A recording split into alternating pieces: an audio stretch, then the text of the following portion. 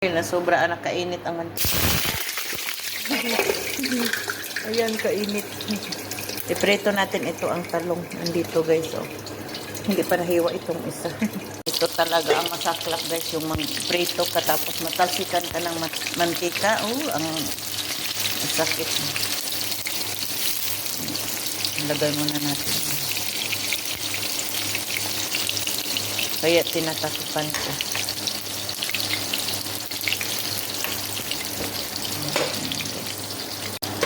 Dito na guys. Naluto na siya. So, tapos na ako nagpreto ng talong.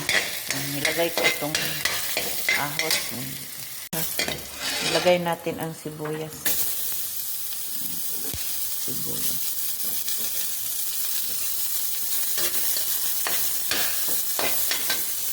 Dito na natin lagyan ng madyon. Tomato paste kaunti. Na natin itong talong guys. Napreto na itong talong. Lagyan ng tamarin. Lagyan natin kaunti. Tapos lagyan natin ng kaunting kasbaran,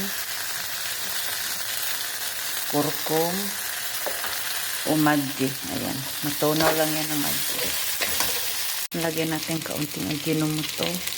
Ayan. Tapos black pepper. Tapos ilagay na natin itong atsal. Atsal yan guys. Ito naman, sili nga yung mataas na sili. Lagyan ko ng kaunting asukal. Yung asin, lagyan lang natin kung ano, kung kulang pa, kung matabang ito. Kasi yung madji, maalat yan guys. May asin na yan. Templado yan.